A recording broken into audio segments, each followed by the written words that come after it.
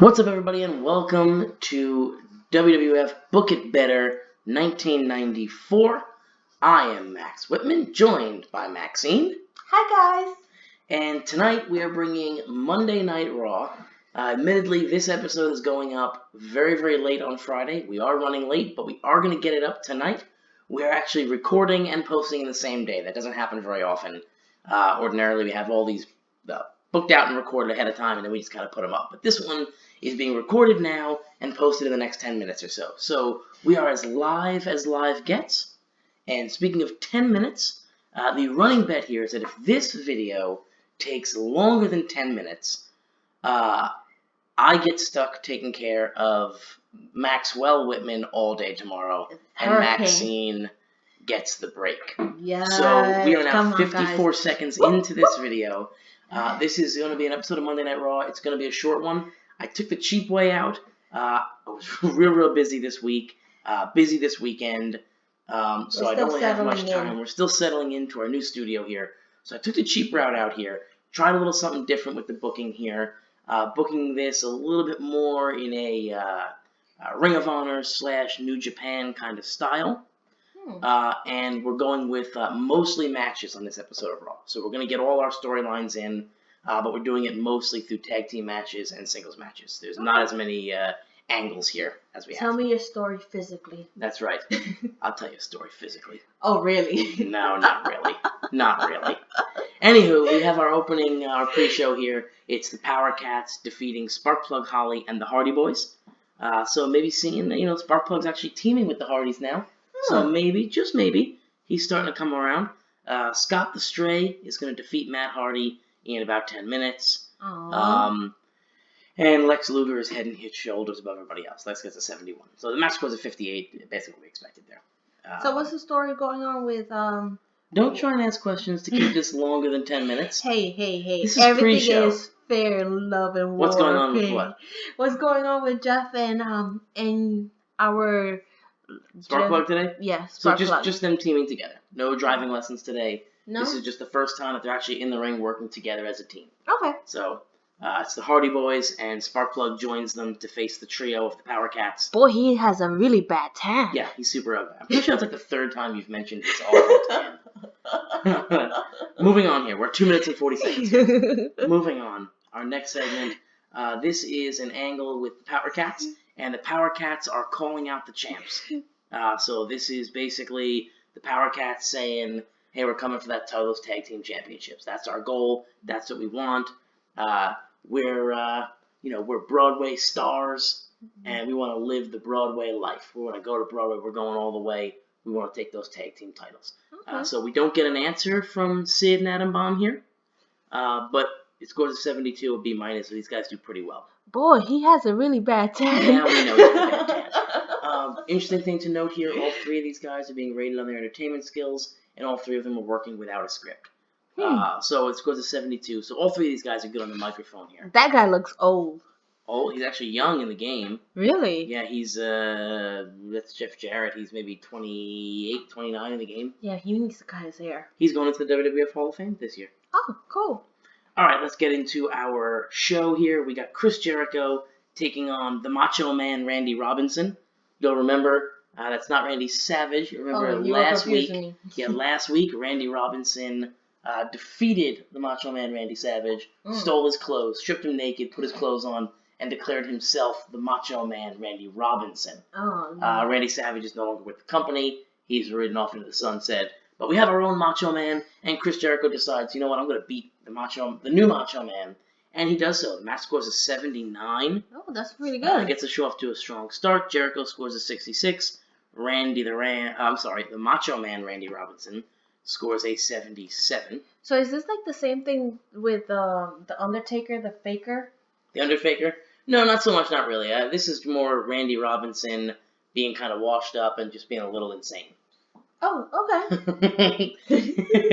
Honestly, it's Randy the Ram, but we kind of wanted to figure out a way to stick it to the Macho Man before he left, so we stripped him naked and made our own Macho Man. It's more like fake Diesel than it is fake Undertaker. It's more like, well, if we can't have the Macho Man, we'll just make our own. The next segment is Chris Jericho calling out Bret Hart. Remember last week? Ooh. Last week, Bret Hart defeated Chris Jericho in the tag team match. Mhm. And this is Chris Jericho calling out Bret and basically saying the only reason that Bret doesn't want to face him in your house is because he knows who the real submission specialist is. It's himself, Chris Jericho, the Unicorn Warrior. I like the unicorn. and he's basically saying Bret's afraid that if he climbs into the ring with him, that the world might see that he's not the best submission specialist in his company.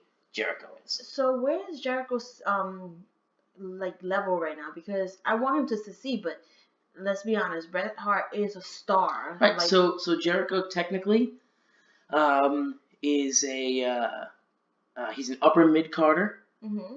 So he's not quite that main event level yet, but popularity wise, he's in the upper mid card. He's in the mid 60s. He's basically the Miz right now. Yeah, you're right. But he's kind of climbing those ranks. So he's the guy who feuds with the main eventers, but loses. Although he just beat Randy Savage. But right now, yeah, he's in that middle there. Is he world title caliber? You know, his matches say he is. His promos say he is. He says he says he is. Because he's a unicorn. Because he's the unicorn. He's beautiful. But it's a matter of he's got to prove it. You know, but that's where he is right now. So Bret's going to answer this call. Bret's going to show up, and Bret's going to tell him that everybody watching knows who the real submission specialist is in the World Wrestling Federation. It's been him. It's him now. It's always been him. It's always going to be him. And he doesn't need a match against Jericho to prove that. The reason he doesn't want to face Jericho is because he's not in the business of giving handouts to entitled, young, arrogant pricks, essentially. Ooh. Right, so that's what it is. He says, a great promo from him. He says, Bret's basically saying, hey, I'm a fighting champion. I'll defend my belt. But I'm defending it against somebody who's earned it. And you've done nothing to earn it. Jericho disagrees. He says he beat Macho Man Savage. He says he's tapped out some of the best in the company. He wants a chance to tap out Bret. Bret's not going to budge. Bret says he's got to earn it. You know what? I agree with Bret. You know, you have to earn it. You can't just come out here and think that you're going to boss everybody around. You have to get your stripes. This is true. Next segment. That's going to be The Undertaker versus Kwang. Who the heck is Kwang? Kwang is Savio Vega under a mask. He's just a average mid-card kind of guy. Why does he look like he has a mustache under his mask? He probably does. It's so weird. He's we should really actually unmask him and just make him Savio Vega. Savio Vega is a lot easier to book than Kwang. But it's basically right around 8 minutes. Undertaker's going to get the win. No story here. It's just a match to get Undertaker on the card. Scores a 76. Pretty solid rating there. Okay. And this is our main event. And it's the final match of the show.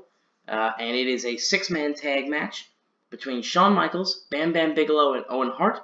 And they're teaming to go against Diesel, Razor Ramon, and Rick Steiner. So basically what we're doing here is Diesel and Shawn are in a feud. Mm-hmm. Bam Bam and Razor are in a feud. Owen and Steiner are in a feud. So we're putting them in that 6-man tag match. This is the New Japan style of booking. And it works in situations like we're in right now where we just don't really have a lot of time. We're trying to get things over. We've got an extra show before the next In Your House. So our normal format of 4 weeks of TV and then the pay-per-view, now we got 5 weeks. So it's just a good way to get all these guys on the card and guaranteed essentially a good solid match. Why does it say that that Owen Hart is not suited to his gimmick? What type of gimmick? I thought he was just... I'd have to look. Where does it say that? Right here, the top one. Oh, yeah, it does. So I'd have to look and see. Like in The Undertaker's case, it says that for The Undertaker, but that's because he's a babyface and his gimmick is more suited for a heel. Mm-hmm. So we get that. But I would have to look at why Owen's not suited to his gimmick. It could mean that the gimmick is more suited for one type of guy, and he's another type of performer. I of course noticed that we're closing in on the 10-minute mark here. Yes. And I can see that you're asking me questions strictly. Hello, I need a break. Okay, guys. Be on my side. I will report to you whether or not. It looks like I'm gonna get stuck with Hurricane Maxwell tomorrow. Yes, good luck. Which is fine. Which is fine. It's fine. We love the Hurricane. Yes, the Hurricane is awesome. But yeah, so basically it's good wrestling, good reaction from the crowd. HBK's team is gonna win. It's gonna be Shawn Michaels defeating Rick Steiner by pinfall. Shawn Michaels is head and shoulders above everybody else. Rick Steiner, the weak link. That we, of course, knew. Steiner's going to pull a 64. Interesting thing about Steiner is he's pulling 64s when he's on his own. He's pulling 84s when he's with Scott Steiner. Also, he needs his other half. Unfortunately, Scott Steiner's in rehab. Yeah, it is unfortunate. So, are they brothers? They are brothers, yes. Oh, okay, that's why. But Owen Hart's going to pull 83. Bam Bam gets a 79, or 78? 79. 79. HBK pulls a 93. Razor the 79, and Diesel the 78. It's going to advance all our storylines here. It's going to advance HBK Diesel, Razor versus Bam Bam, Harts versus Steiners, pushes all those storylines, all those narratives, and gets us an 86 rating for all of them. So it's sort of maybe kind of a cheap way to kind of get all that heat there. But it basically, like I said, it's that New Japan style where you're going to get to see interaction between Owen and Rick. You're going to get to see interaction between Bam Bam and Razor. I don't think it's cheap. I think it's not. Actually is outstanding because they each have a feud against each other, and then it gets everybody in the ring at one time. Well, I think it's actually outstanding for you guys to go and think about it this way, putting them in. It does. It gets everybody in there, and also you get interaction with all these guys, but you also can have, like in this case, Shawn Michaels pins Rick Steiner. Well, those two aren't interacting together. They're not in a storyline together. Mm-hmm. So it pushes all those storylines further because you can get all the interactions, but it doesn't really conclude any of them because you have HBK pinning Rick Steiner, not Diesel, and Steiner's not taking a pinfall to Owen. So maybe Steiner destroyed Owen the whole time, but then takes the pinfall to HBK, yada yada. But it's that New Japan style. It's just a little bit easier to book. Plus, it saves like the audience from the Royal Rumble and trying to figure out what is going on in the ring. Yeah. That's how I see the Royal Rumble. Oh my goodness, how many people? I can't understand what's going on. This is fair. So yeah, we get Razor improving his Rumble skills here, but it scores an 86, gets a B+. That's great really main event. Mm-hmm. We'll end our show, see what kind of score we got here. What do you think we're going to pull here? I'm going to go with an 84.